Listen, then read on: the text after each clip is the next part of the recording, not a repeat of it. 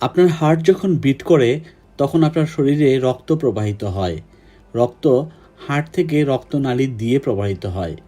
রক্ত প্রবাহের এই গতিই আপনার ব্লাড প্রেশার। আপনার হার্ট যখন পাম্প করে তখন রক্তনালীতে প্রেশারের তৈরি হয়। ব্লাড প্রেশার দুটি নাম্বার, প্রথমটা সিস্টোলিক এবং দ্বিতীয়টি ডায়াস্টোলিক। সিস্টোলিক ব্লাড প্রেশার হচ্ছে যখন আপনার হার্ট বিট করে, আর ডায়াস্টোলিক ব্লাড প্রেশার হচ্ছে যখন আপনার হার্ট রিল্যাক্স হয়। রক্তনালীর সংকোচন ব্লাড প্রেশারের পরিবর্তন করতে পারে। ক্ষতিগ্রস্ত রক্তনালী ব্লাড প্রেশারের জন্য ক্ষতিকর, যা আপনার হার্টের জন্যও ক্ষতিকর। এর ফলে হার্ট অ্যাটাক, স্ট্রোক এর সম্ভাবনা বাড়ায়। এটি আপনার চোখ এবং কিডনিরও ক্ষতি করতে পারে।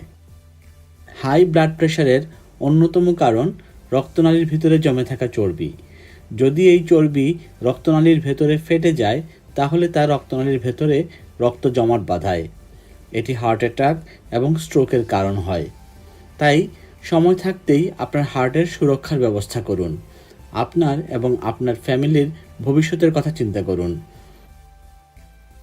কিছু কাজ রেগুলার করলে আপনার হার্ট সুরক্ষিত থাকবে। আপনি যদি ধূমপায়ী হয়ে থাকেন তাহলে ধূমপান বন্ধ করুন। হার্টের জন্য ভালো এমন খাবার গ্রহণ করুন। হাঁটা চলার মধ্যে থাকুন, ওজন কমান এবং ডাক্তারের সাথে পরামর্শ করে ওষুধ গ্রহণ করুন।